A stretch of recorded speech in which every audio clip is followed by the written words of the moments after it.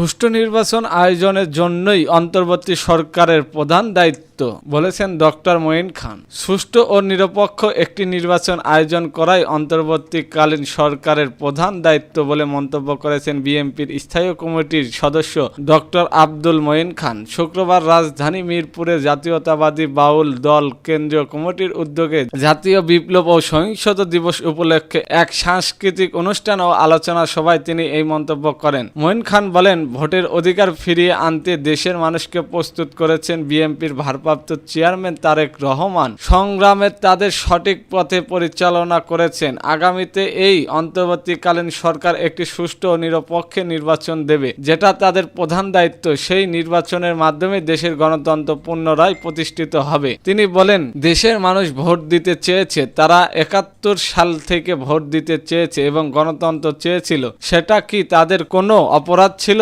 সেটা কোনো অপরাধ হতে পারে না। আর এই দেশ স্বাধীন হয়েছিল গণতন্ত্রের জন্য। কিন্তু আওয়ামী লীগ ৭১ থেকে ৭৫-এর মধ্যে দেশকে একদলীয় বাকশালে পরিণত করেছে।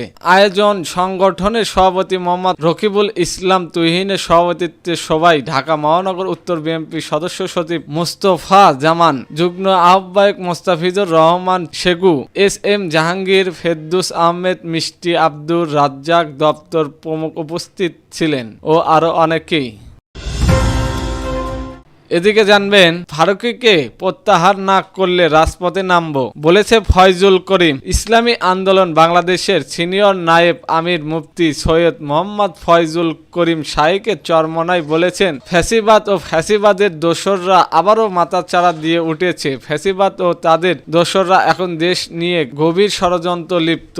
আজ শুক্রবার বিকালে বাবুবাজার এলাকায় আয়োজিত গণসমাবেশে প্রধান অতিথির বক্তব্যে তিনি এইসব কথা বলেন। সমাবেশে ফয়জুল করিম বলেন, মাফিয়া গোষ্ঠী দেশ থেকে পালিয়ে গেলেও তাদের দোসররা দেশে ও দেশের বাইরে থেকে নতুন করে বিশৃঙ্খলা সৃষ্টি পায়তারা করছে। এখনো রাষ্ট্রের বিভিন্ন সেক্টরে ফ্যাসিবাদ ও তাদের দোসরদের দেখে আমরা বিস্মিত ও হতবাক। অন্তর্বর্তীকালীন সরকারের কড়া সমালোচনা করে তিনি বলেন, মোস্তফা সরোয়ার ফারুকী কোন যোগ্যতা বলে উপদেষ্টা হয়েছেন? জাতি জানতে চায়, ফারুকীকে প্রত্যাহার না করলে আবারও রাজপথে নামবো। যা কিছু হবে রাজপথে ফয়সালা হবে। তিনি বলেন, ৫ই আগস্ট পরবর্তী আমরা ভেবেছিলাম আর বৈষম্য থাকবে না, কিন্তু আমরা কি দেখলাম? এখন বৈষম্য দূর হয়নি, চাঁদাবাজি বন্ধ হয়নি, সন্ত্রাস দূর হয়নি, সিন্ডিকেট ভাঙতে পারেনি, অন্যায় অত্যাচার বন্ধ হয়নি, খুন আহাজারি বন্ধ হয়নি। তিনি আরো বলেন, বাংলাদেশের সংখ্যালঘু নিরাপদে আছে এবং নিরাপত্তার সঙ্গে আছেন। আওয়ামী লীগ সংখ্যালঘু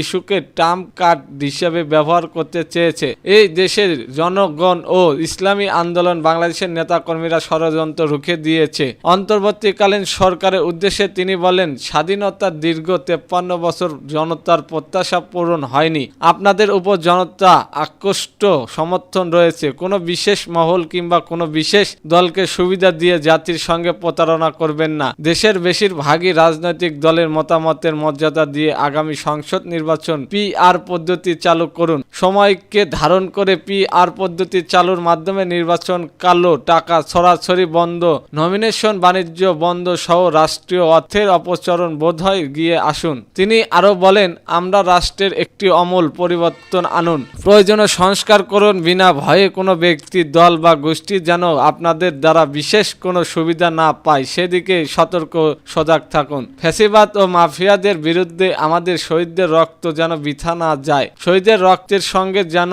গাদ্দারি না করা হয় সেদিকে নজর রাখুন। গণসমাবেশে বক্তা ছিলেন ইসলামী আন্দোলনে বাংলাদেশের সহকারী মহাসচিব ও ঢাকা মহানগরের দক্ষিণ সভাপতি মাওলানা মোহাম্মদ ইমতিয়াজ আলম, সংগঠনে কোতোয়ালী থানা সভাপতি বীর মুক্তিযোদ্ধা আলহাজ আবুল কাশেম সভাপতিত্বে। এতে আরো বক্তব্য দেন মাওলানা ABM জাকারিয়া, আলহাজ আব্দুর রহমান ও আরো অনেকেই।